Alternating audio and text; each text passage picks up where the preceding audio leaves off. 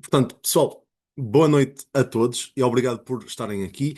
Hoje vamos começar algo diferente aqui dentro da comunidade, né? Não é apenas uma live aqui, mas sim uma primeira sessão de um percurso de educação financeira real, desde o básico, então até níveis mais avançados. Portanto, nós vamos aqui entender todo o conceito de dinheiro, porque infelizmente ninguém nos ensinou sobre dinheiro, nem na escola, nem na vida comum, nem em nada disso. Portanto, o objetivo aqui é, é dizermos, formar as pessoas para uma outro tipo de mentalidade, portanto, com entender realmente, portanto, tudo o que é isto a nível de blockchain, a nível de Web3, a nível de dinheiro em si, portanto, e vá lá.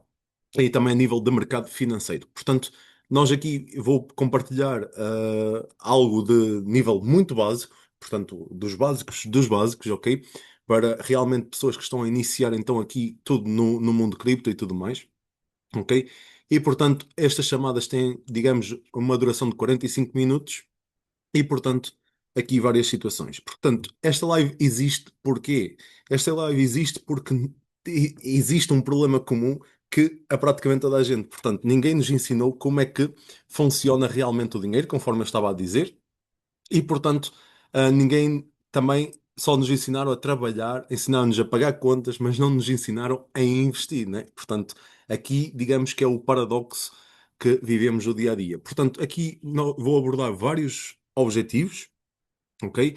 Assim como também avisos, o que não é aconselhamento financeiro, longe disso, mas é um conteúdo puramente educativo e, portanto, não constitui qualquer recomendação de investimento. Estamos a falar de, portanto, sem, digamos, comissões ou sem investimento para ter acesso a estas lives. Portanto, eu farei-as com todo o gosto. Portanto, para toda a gente que assim quiser assistir, não há aqui qualquer pagamento que me irão fazer ou qualquer situação aqui do género, ok? Portanto, para aqueles que não me poderão conhecer, eu chamo então ah, José Calor, ok? Eu tenho, digamos, a minha primeira experiência de mercado cripto em 2020, portanto há sensivelmente 6 anos atrás. Agora, mais atualmente, há cerca de 2 anos para cá, a nível de Web3 e de blockchain, e portanto, mais nesses termos que nós vamos aprender aquilo que é, ok? E portanto, agora, sensivelmente de há um ano para cá, também decidi entrar mais no mundo portanto, de mercado financeiro em si. Portanto, algo sobre ações, algo sobre ETFs, portanto, investimento em si, e realmente o meu foco é realmente mudar de vida, ok? Seja a partir de um programa, de um protocolo, de uma empresa, seja a partir de conhecimento, do que for. Portanto, aqui a minha missão é clara, ok? E apenas educacional e com foco em independência financeira para a comunidade, para nós todos. Portanto, o meu objetivo é realmente democratizar o acesso ao conhecimento sobre dinheiro, especialmente digital e investimento. Portanto, nós aqui vamos ter, digamos, aulas mais práticas, outras de estudo de caso e outras apenas teórica, como esta inicialmente. Portanto, a minha experiência, conforme já falei, desde 2020 que estou no mercado cripto, portanto que isto vem a ver com Bitcoin, Ethereum, Solana, por aí fora, ok? O que nós podemos esperar aqui, estamos a falar, como eu disse, aulas práticas, portanto, estudos de casa, também a nível de network, e portanto o próximo tema, digamos, que será mais na parte de, portanto, digamos, prática. Portanto, como comprar o primeiro Bitcoin ou a primeira fração de Bitcoin ou outra criptomoeda. Portanto, o meu objetivo destas lives não é vender absolutamente nada, vou já deixar claro. Aqui o objetivo é puro e simplesmente ajudar cada pessoa a entender o dinheiro, entender o mercado, entender oportunidades e aprender a tomar as suas decisões com a vossa consciência, ok?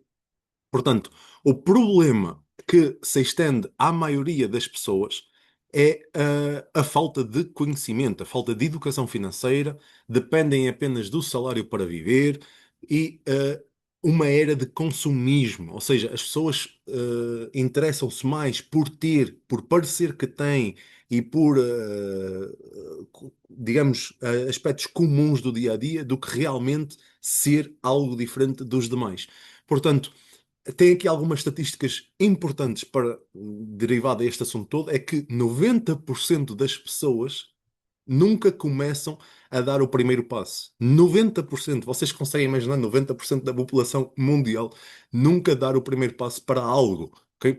75% dependem literalmente do salário. Portanto, se vocês são um deles, aqui vocês vão encontrar conteúdo para mudar, digamos, a vossa realidade. 65% das pessoas gastam mais do que aquilo que investem. Ou seja, nós gastamos mais, nós pegamos em dinheiro e gastamos mais desse dinheiro para parecer que temos alguma coisa ou para parecer que somos alguma coisa do que realmente aquilo que nós somos na verdade. E, portanto, 85% também têm medo de investir, porque acham que o investimento, digamos, é um bicho de sete cabeças, derivado à falta de educação, de financeira, portanto, derivado à falta de conhecimento, e, portanto, nunca, lá está, tudo está interligado. Portanto, quem tem medo de investir não dá o primeiro passo, depende do salário, gasta mais que aquilo que tem. Portanto, exatamente, ok? Está, digamos que é tudo dentro da mesma situação. Portanto, digamos que estamos numa roda que é chamada roda dos ratos, na verdade. Portanto, as pessoas trabalham 40 horas por semana para pagar contas para, para voltar a trabalhar 40 horas por semana, para voltar a pagar contas e não saem desse loop, né? De que trabalham, pagam, trabalham, pagam, trabalham, pagam e o resto, e viver e explorar. Portanto, vá lá. Aqui estamos a falar que, portanto, aqui vou-vos falar de situações, portanto, muito básicas, ok? E, portanto, qual é a diferença de consumismo e investimento? Estamos a falar de mudar mentalidades, mudar ciclos e mudar também indicadores financeiros, ok? Enquanto que o consumismo é aquela mentalidade das pessoas que têm de gastar de imediatamente, ou seja, ganharam o dinheiro, pumba, gastou. Fazer tudo em parcelas, ou seja, fazer tudo em créditos, portanto, compram um carro a crédito, compram casas a crédito, compram férias a crédito. Pessoal, onde é que nós estamos? O tempo dos nossos avós havia crédito. Os tempos dos nossos bisavós havia crédito. Não havia. O dinheiro que tinham era o dinheiro que gastavam. Eles não gastavam dinheiro a mais do que aquilo que não tinham, ok, pessoal? Então, vocês vejam a diferença. Portanto, eles não gastavam dinheiro a mais do que aquilo que tinham uma vida mais difícil, com certeza, mas têm coisas que hoje nós não temos. Portanto, têm uma casa deles, têm terrenos deles, têm património deles. Enquanto que vocês têm o quê? Nada. Portanto, o nível de stress quanto mais é gastar, é gastar, gastar. Portanto, nós temos dinheiro e nós já vamos pensar naquilo que vamos poder comprar, aquilo que vamos poder fazer, etc. E não pensamos em adquirir ativos que nos, digamos, que nos retornem esse montante que a gente vai gastar. Portanto, nessa parte de consumismo, estamos a falar de ter 0% colocado de lado para uma reserva de emergência, 85% dos gastos provém de cartão, ou seja, cartão de crédito e etc. E a nível de ansiedade, porque estamos ansiosos que chegue o próximo mês para poder ter dinheiro para pagar as contas, etc, etc. Então estamos a falar do nível de ansiedade a mais de 90% das pessoas. Portanto, isto é a maioria geral portanto, da população global. Em contrapartida, se mudarmos a nossa mentalidade para uma mentalidade de investimento, uma mentalidade de crescimento, o que é que nós vamos conseguir? Nós vamos, a partir do nosso salário, a partir da nossa renda, pagar-nos a nós mesmos, que é pagar em 10, 20, 30% mediante, digamos, a gestão que vocês fizerem e colocá-lo literalmente de lado, ok? É como se não existisse e a partir daí, então, gastar o que sobra. Portanto, não pensar primeiro em gastar, mas pensar primeiro no vosso futuro e naquilo que vocês querem ter lá à frente. Vocês preferem gastar agora 1000 euros numa viagem a algum sítio ou preferem daqui a um ano, em vez de poder gastar 1000 euros, poderem gastar 10 000 numa viagem?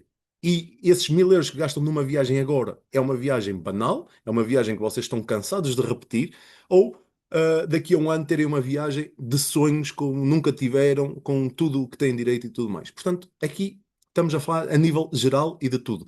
Portanto, estamos a falar que o investimento não é um bicho de sete cabeças como as pessoas pensam.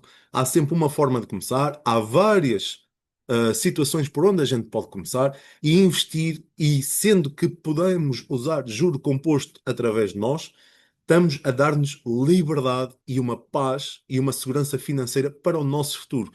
Portanto, aquilo que eu recomendo sempre é termos, digamos, uma reserva financeira, ou seja, uma reserva, o que é isto? É, no caso de alguma dificuldade ou alguma situação que nos aconteça, de calhar neste tempo, no presente, daqui a um mês, daqui a 3 meses, nós termos como sobreviver sem entrar em stress. Ai, preciso arranjar um trabalho para pagar as contas, etc, etc. Portanto, lá está, ou vocês vivem em stress ou vocês vivem em paz. Os dois não combinam, pessoal, ok? Literalmente. O dinheiro gosta muito de paz, ok? Literalmente assim.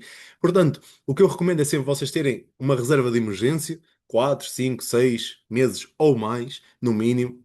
Portanto, 15% daquele vosso, da vossa renda aplicarem-no em situações que vocês tenham 95% de confiança, ok? 95% de confiança, e a partir daí começarem realmente a dar início à vossa jornada de investimento e dessa forma vocês poderem ver as vossas coisas mudar. Vocês não vão ver as coisas mudar amanhã, mas vocês vão ver as coisas mudar com o passar do tempo, com o passar dos dias, ok? Portanto, Uh, ainda aqui, nós temos que priorizar então realmente aportes mensais na parte de investimento e deixar de, digamos, pensar em gastos. Em contrapartida, nós devemos registar todos os nossos gastos e quais são as nossas metas. Se nós escrevermos tudo aquilo que a gente gasta numa folha de papel, vocês vão ver, e isso vos garanto a 100% que vocês vão ver no final do mês, e vocês vão olhar para aquela folha e vocês vão dizer assim: Fogo, eu podia não ter gasto aquele dinheiro ali, porque daquele dinheiro ali, naquela situação ali, iria-me dar uma outra renda, e agora eu gastei aquele dinheiro naquela situação que não mudou em nada a minha vida. Portanto, essa é a questão e essa é a mentalidade que vocês vão construir aqui comigo. Portanto, vamos abordar aqui um tema em que porque é que 90% das pessoas nunca começam.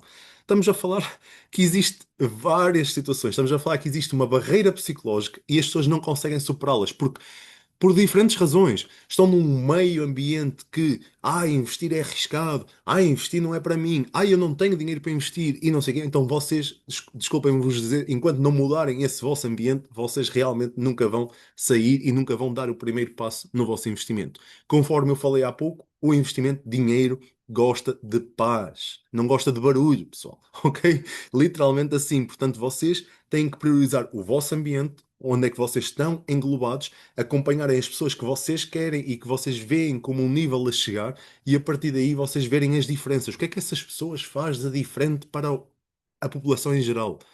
Portanto, essa é a questão que vocês se devem colocar. Nós estamos aqui a falar de um medo de perder dinheiro, portanto, é um dos grandes fatores, portanto, porque 90% também das pessoas nunca começam. É o medo de perder dinheiro. Eu vou investir, vou perder dinheiro. Pessoal, medo de perder dinheiro impede realmente o primeiro passo, mas vocês não precisam de começar grande, vocês podem começar pequeno. Vocês podem começar a investir US$ 1 por dia, US$ 1 por mês, US$ 10 por mês, US$ 50 por mês, ou euros, como queiram chamar, ok? O problema não é esse, o problema é vocês pensarem que esse é o problema. O problema é vocês não darem o primeiro passo. Porque a solução é simples. A solução é realmente vocês avançarem e dizem, ok, vou me comprometer a pôr US$ 1 todos os dias, a €1 todos os dias naquela situação, €10 todos os meses, €50 todos os meses, portanto, na possibilidade de cada um, ok? E, portanto, isso vai-vos trazer, digamos, a experiência necessária, e vocês não, se perderem, vocês não mudarem nada, porque se vocês não pusessem ali, vocês iam gastar esse dinheiro em outra situação qualquer. Então, na verdade, vocês não perdem, vocês só têm a ganhar, vocês vão ganhar educação financeira, vocês vão ganhar a experiência de mercado e vocês vão ganhar a experiência em encontrar a solução ou a não seguir aquilo que não devem seguir e a seguir aquilo que devem seguir, ok? Portanto, uma ou um outro fator de porque é que essas pessoas, ou seja, 90% da população nunca entra em questões de investimento, é por desinformação, é por falta de conhecimento. Portanto, as pessoas não sabem por onde começar, as pessoas não procuram fontes confiáveis antes de investir ou não conhecem ninguém que realmente começou e que nos possa mostrar o caminho. Pois bem, vocês aqui têm uma situação que conforme vocês já viram, aqueles que acompanham há mais tempo, quem está a ver aqui a primeira vez provavelmente não saberá, mas tem aqui, digamos, uma comunidade e alguém com, digamos, eu não tenho todo o conhecimento do mundo, conforme eu digo, não tenho. Tenho algum conhecimento, portanto, o meu foco será sempre, digamos, a passar esse conhecimento, portanto, alargarmos os nossos conhecimentos, porque é no diálogo e na comunicação entre todos que a gente consegue também alguma coisa, ok? Portanto, mais uma situação que as pessoas associam o investimento é golpes e enganos, ou seja, as tais famosas promessas irreais. Portanto, acreditar em ganho garantido, rentabilidade fixa, e depois, obviamente, caem nesses golpes e então ficam com medo e ficam, digamos, com a experiência negativa do mercado e não dão benefício de dúvida à experiência positiva. Portanto, qual é a solução? É desconfiar dessas promessas de lucro, verificar realmente as fontes e ter, digamos, aprofundar o vosso conhecimento, a vossa informação. Outra situação é a falta de estratégia. Portanto, vocês não sabem realmente aquilo que estão a fazer, só querem começar, mas não sabem aquilo que, que estão a fazer, não têm metas definidas, não têm uma alocação clara e, por isso, falham na parte do investimento. A solução passa exatamente por criar um plano simples, com metas, prazos, objetivos e, portanto, tudo aquilo que vocês querem alcançar, quando vocês querem alcançar e o que vão fazer para conseguir isso, ok? Portanto, aqui vamos agora falar, digamos, vamos fazer um parênteses e vamos falar o que é o dinheiro realmente. O dinheiro, hoje em dia, pessoal, não é nada mais, nada menos que papel, ok? É papel, literalmente. Eu não tenho aqui a minha carteira, mas senão eu mostrava-vos. Eu rasgava uma nota, é papel. A gente rasga, ok? Não tem valor nenhum. Papel. Vocês podem pegar na vossa impressora, meter lá o papel e podem imprimir igual. Só que não está carimbado, ok? É a diferença. Então. Como é que isto chegou aí, digamos, a este cenário? O dinheiro, antigamente, no tempo dos nossos avós, bisavós, etc., era o quê? Era ouro, era um metal precioso que, portanto, as pessoas tinham valor. Porquê? Porque é escasso, ok? O papel não é escasso. O papel só tem um valor que lá está imprimido. Porque eles fabricam papel a 24 ou 24 horas por dia. Ou seja, eles fabricam euros, fabricam dólares, fabricam francos suíços 24 ou 24 horas por dia, se quiserem, ok? Portanto, o ouro, eles não podiam imprimir, o ouro não podiam extrair mais do que o planeta Terra nos deu. Portanto, digamos, é um metal, tem uma quantidade limitada e por isso é que tem então o seu valor. Portanto, à medida que o ouro vai sendo mais utilizado para esta situação, para aquela situação, para outra situação, o ouro vai ficando mais caro porque acaba por haver menos no mercado. Então é assim que funciona, ok, pessoal? Portanto, e o dinheiro passou por essa evolução. Ou seja, no início, o dinheiro era, ou seja, o ouro era representativo do dinheiro, passou a ser difícil de transportar esse ouro, esse dinheiro, digamos, e então o que é que os governos na altura, os reis e tudo mais, decidiram fazer? Decidiram emitir certificados em que diziam que aquela pessoa tinha aquela quantidade de ouro, portanto, e poderia gastar dali. Portanto, foi feito toda essa situação até chegar, digamos, evoluir, até chegar, por diferentes problemas e por diferentes razões, então às notas de papel que são hoje chamado dinheiro, o euro, o dólar e etc, ok? Portanto, e moedas também com o seu pequeno valor a partir de metal, a partir de ferro, ok? Portanto, hum, isso ainda não parou. Isso ainda não parou. Nós estamos numa constante evolução, pessoal. Então estamos a falar que, desta evolução do papel que nós conhecemos hoje em dia como euro e dólar, vamos passar para uma evolução que agora é muito, começa a ser muito falado e muita gente ainda não sabe o que é blockchain, criptomoedas e ativos digitais, não é? Portanto, esse vai ser os próximos tópicos, um atrás do outro, nestas lives semanais que eu vou-vos aqui trazer, ok? Portanto, qual é a vantagem realmente do dinheiro, em vez de ser do ouro? Digamos que a vantagem é numa rede global, portanto, nós podemos transferir dinheiro para qualquer parte do mundo, né, através de uma transferência, através de um suporte digital, seja o nosso banco, seja outra situação qualquer, e, portanto, trabalha 24 sobre 7, enquanto contrapartida que antigamente o ouro só trabalhava mediante os bancos centrais estarem abertos, a gente tinha que ir lá, portanto, entregar o ouro ou buscar o ouro para ir fazer as compras e tudo mais. Portanto, exigia, digamos, uma gestão mais física. Portanto, nós estamos agora a falar. O dinheiro tradicional, conforme eu disse, é imprimido, ou seja, eles, enquanto quiserem, conseguem imprimir mais dinheiro, mais dinheiro, mais dinheiro. Então, onde é que está o valor nisso, pessoal? Onde é que está o valor nas notas de papel que a gente diz, olha, esta nota é 5 euros? Onde é que está esse valor? Não há valor, só está lá a dizer que é 5. porque na realidade aquilo custa um cêntimo fabricar aquilo, ok? Então, e esse dinheiro é emitido por governos e bancos centrais, ou seja, com total controle. Eles se quiserem imprimir mais, eles se quiserem parar a impressão de dinheiro, param a impressão de dinheiro e vocês, portanto, estão limitados àquilo que existe ou a um supply, digamos, a uma quantia ilimitada. Em contrapartida, criptoativos, ou seja, moedas digitais, ativos digitais em blockchain, assim como o Bitcoin, portanto, será digamos, dos temas futuramente.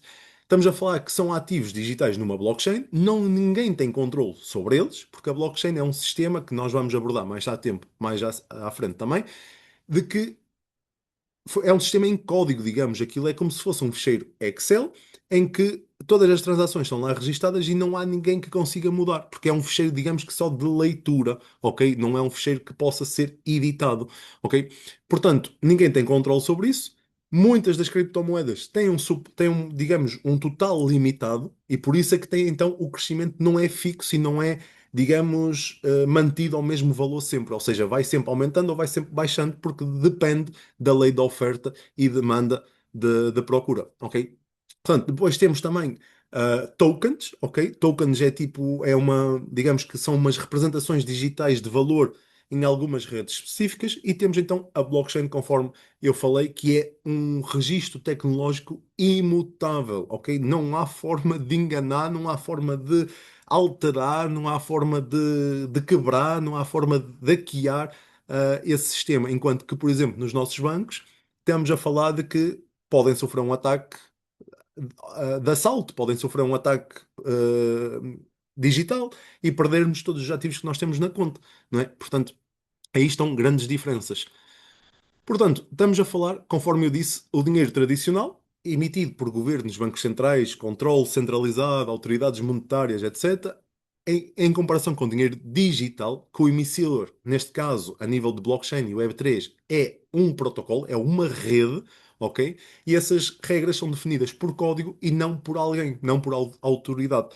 Estamos a falar que o dinheiro tradicional ou seja, só é transmitido entre bancos e instituições bancárias, ok? Ou em instituições financeiras, ok? Tem múltiplos intermediários nas transações. Eu posso usar um exemplo, é que eu posso pegar agora 50 dólares ou 50 euros, vamos supor, vou ao restaurante, pago os 50 euros no restaurante, o restaurante com o cartão, digamos, né? Esses 50 euros passa para a conta do restaurante, o dono do restaurante vai e gasta 40 euros no barbeiro, esse barbeiro vai e gasta 30 euros no supermercado e é sempre os mesmos 50 euros. Mas isso está a gerar transações. E vocês sabem o que é que o banco vos cobra? Sabem que o banco vos cobra, ou seja, taxas dessas transações. Não é? Por isso é que a gente vê muitas das vezes taxa, como é que se diz?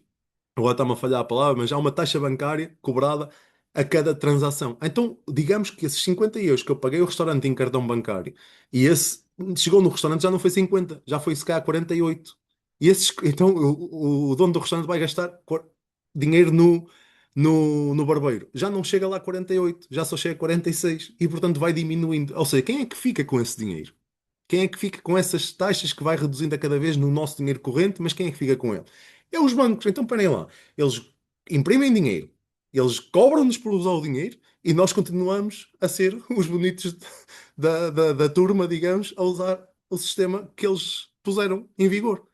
Portanto, isso, digamos, leva-nos a um dilema que é um dilema atual e é por isso que começou então a blockchain e toda esta situação de criptoativos, porque ninguém vai ter controle sobre eles. Então, por isso é que há digamos, um tema muito controverso aí, a nível mundial, porque eles querem controlar tudo. Os bancos, governos, instituições bancárias, financeiras querem controlar tudo.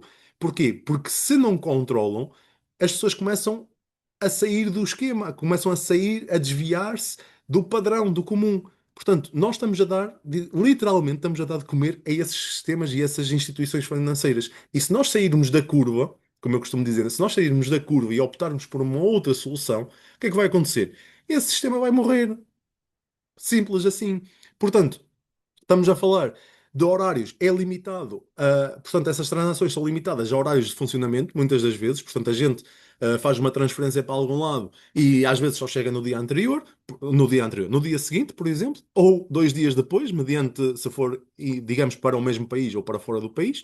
Estamos a falar que as taxas bancárias e custos de transferências são altíssimos em alguns dos casos, enquanto que, por exemplo, o dinheiro digital, portanto, conforme eu disse, não tem uma pessoa que o emitiu, é do protocolo, é da rede, é código e ninguém mais pode alterar. Não tem intermediários, ou seja, não passa por mais ninguém, não passa por uma instituição bancária para chegar a alguém. Nós transferimos para alguém e esse alguém recebe diretamente na sua conta. Não há ninguém que possa impedir essa transação, ok? E portanto, também não tem horários, portanto está acessível 24 sobre 24 horas por dia, 365 sobre 365 dias por ano, sem qualquer limite. É importante, sem limite, em comparativo ao dinheiro tradicional, muitas das vezes tem limite, e em funcionamento contínuo sem interrupção, ok? Muitas das vezes acontece que a gente vai fazer uma transferência sexta-feira e como ao fim de semana os bancos não trabalham, só chega o dinheiro na segunda ou na terça-feira. Se for uma situação urgente, vocês ficam, né? Portanto, vá lá. Estamos a falar de custos que serão variáveis mediante os protocolos utilizados, mediante a rede, mas normalmente são sempre mais baratos que então os sistemas tradicionais. Portanto, qual é aqui agora a grande diferença entre um banco e um sistema descentralizado? Estamos a falar que um banco é um modelo centralizado, ou seja, isto quer dizer o quê? Um modelo centralizado. É que alguém tem poder de tudo, tem o controle de tudo o que se passa ali, ok? Portanto, se nós formos transferir dinheiro, se nós formos colocar o dinheiro lá dentro, se nós formos tirar, eles é que têm o poder e o controle de dizer, ok, tu podes tirar, ok, tu não podes tirar, ok, tu podes transferir, ok, tu não podes transferir, tu podes transferir, mas esta taxa é para nós, e etc. Portanto, estamos a falar de alguém que controla todas as decisões, embora o dinheiro seja nosso, supostamente, mas eles é que controlam, na verdade, tudo. Estamos a falar que o acesso é restrito, nós temos apenas uma permissão, ok? Através de regulamentações. E estamos a falar de uma transferência baixa, ou seja, os bancos não vos declaram quanto é que eles tiveram de lucro, ou seja, quanto é que eles tiveram de despesas, quanto é que onde é que está, onde é que aplicam o vosso dinheiro, ok? Os bancos aplicam o vosso dinheiro, porque senão também não conseguiam estar a imprimir mais dinheiro, ok? Então, eles não dizem nada, não há uma forma que a gente saiba se não trabalharmos diretamente dentro da fonte, no caso. Portanto, a nível de segurança, sim, é institucional, mas tem um ponto de falha, porque é baseado em instituições. Então, enquanto aquela instituição for viva, enquanto aquela instituição estiver a operar no mercado, ou seja, podemos dar aqui um exemplo muito conhecido em Portugal, que é o Banco Espírito Santo. Era uma instituição bancária, era uma instituição financeira. Fornecia serviços bancários a nível de empréstimos, a nível de depósitos de dinheiro, de gestão de dinheiro. Portanto, nós tínhamos a nossa conta bancária com cartões e etc. E reparem, até o próprio Cristiano Ronaldo fez publicidade para o Banco Espírito Santo. E, no entanto, isso não impediu que o Banco Espírito Santo desse falência, ok? As pessoas que tinham dinheiro nesse banco estão a ver zero até os dias de hoje. E isso já foi há anos atrás. Eu não sei precisar o ano, mas já foi há anos atrás e as pessoas perderam todo o dinheiro que tinham lá. As pessoas, economias de uma vida, às vezes. Eu conheço pessoas que perderam 20 mil, 30 mil, 40 mil euros.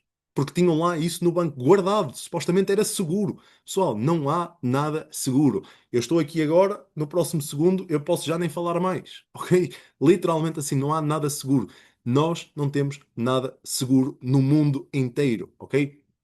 Portanto, em comparação a um modelo descentralizado, sendo na blockchain, ou seja, não há um controle, ou seja, é um software de rede distribuído por decisões de consenso da própria rede, ou seja, por toda a gente que opera dentro daquela rede, e é distribuído. Por isso é que nós ouvimos muitas das vezes falar em nodes.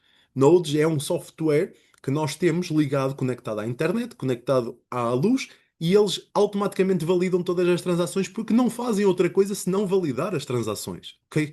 Ou rejeitá-las, sim, se tiver alguma coisa errada. Se tiver portanto, há alguma função errada, se não passar por conta da taxa, se não passar por conta dos valores não corresponder, aí é rejeitado. Mas é de forma automática, não é alguém que chega ali, olha, esta vai passar, esta não vai passar, esta vai passar, esta não vai passar, ok? Então é essa a questão.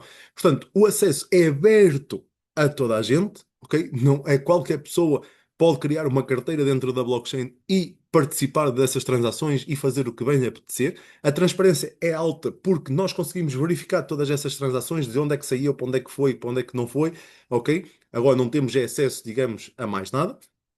E a nível de segurança, estamos a falar uma segurança, digamos, diferente dos bancos, mas mais elevada, porque não tem um ponto de falha, ou seja, não tem alguém que pode fechar e abrir falência, porque nunca vai existir.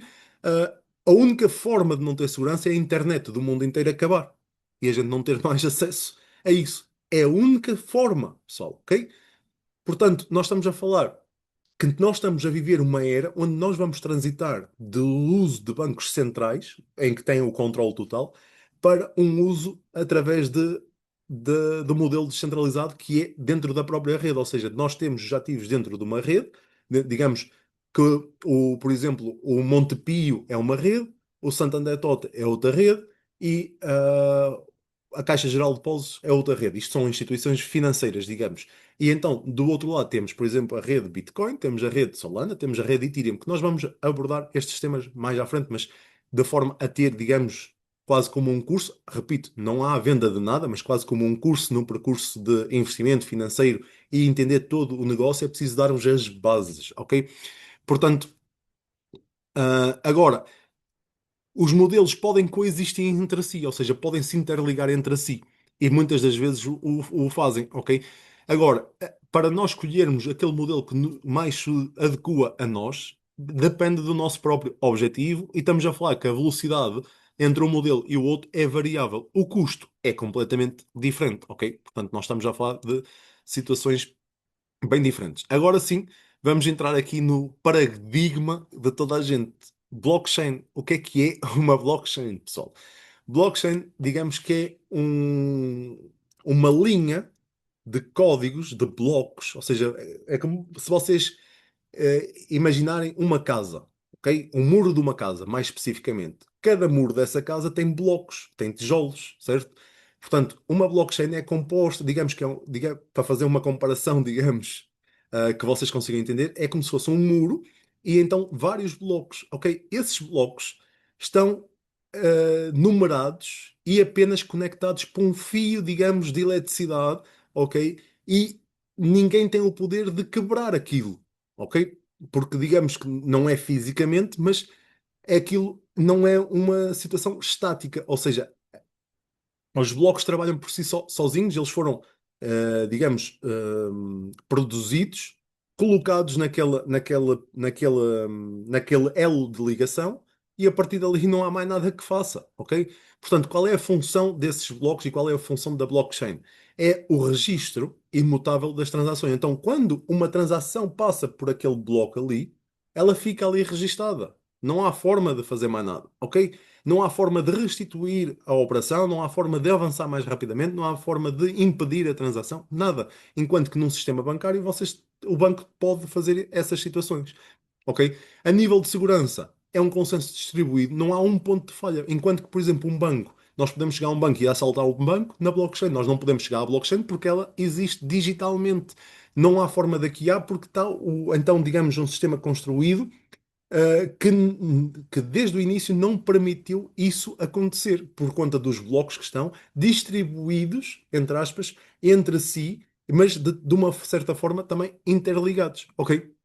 Portanto, além disso, também há muita gente que diz que, digamos que é uma folha de Excel, como eu disse inicialmente, não pode, ou seja, tudo o que for lá registado, à medida que a gente faz transações, é lá registado e é um fecheiro de leitura, ou seja, não há forma de chegar ali e alterar, mesmo com hackers. Portanto, que- acho que fica aqui bem explícito o que é blockchain. Passamos então ao próximo tema que é criptoativos. Criptoativos não é nada mais que ativos digitais dessa blockchain. Portanto, uma blockchain pode ser, neste caso, da Bitcoin, ok? Bitcoin é uma blockchain própria, oba, não é uma blockchain. A blockchain é, digamos, o ecossistema inteiro e o Bitcoin, digamos que é um canto daquela blockchain. Portanto, naquela, digamos que é como se fosse uma teia de aranha. Portanto, a blockchain é a teia completa de aranha, o Bitcoin está ali numa parte como se sendo fosse um mosquito que ficou lá agarrado, um inseto. A Solana é outra, e isto são redes, ok? Portanto, digamos que estas chamadas ilhas também, como a gente tem vindo a ver algumas situações mais ao decorrer. Portanto, são ilhas, mas que são interligadas pela teia de aranha, ou seja, por pontos, pelo fio da teia de aranha, ok? Portanto, a blockchain é a teia de aranha em si e essas redes estão ali espalhadas dentro da teia de aranha e cada uma tem a sua função, ok? Portanto, os criptoativos é isso mesmo. Então, são ativos digitais com valor económico, ok? Podem ser moedas estáveis, ok? Ou seja, pode ser o chamado criptomoedas, ou podem ser chamadas stable coins, ok? Ou então podem ainda ser NFTs. NFTs, digamos que é como se fosse um título em que vos dá alguns benefícios ou alguma entrada dentro de alguma blockchain ou de alguma característica, ok? Portanto, qual é a vantagem de criptoativos? É que é descentralizado e vocês é que têm o poder total. Não é ninguém que vai ter acesso aos vossos criptoativos, aos vossos valores económicos e vai poder congelá-los ou transferi-los para o outro lado. Não, são vocês. E a partir do momento que vocês fazem uma transação, não há forma nenhuma de voltar atrás, ok? Portanto, tokens. Estamos a falar que os tokens, então, têm a função de representar o valor dentro de uma rede específica, ok? E podem ser de utilidade, segurança ou governância, não é? Portanto, nós temos aqui, e dentro da nossa comunidade, nós fazemos aqui diferentes, digamos, projetos, não é? E nós sabemos, por exemplo, o LGNS é um token de governância, é um token de utilidade para o stake. Portanto, temos o IMS. O IMS é um token de utilidade no mundo real, ok? Portanto, nós temos, por exemplo, sei lá, como é que se chama? O Z, não, um token de segurança, estava aqui a tentar lembrar, mas agora, assim, de repente, não me lembro. Mas pronto, o uso é aqui, o uso desses tokens, digamos, dessas moedas que são chamadas tokens, é acesso a serviços, votação ou então recompensas, né? Portanto, uma vez mais, aquilo que estávamos a dizer há pouco. Portanto, exemplos de criptoativos, por exemplo, estamos a falar de Bitcoin, Ethereum, Solana, Cardano, BNB, da Binance, ok?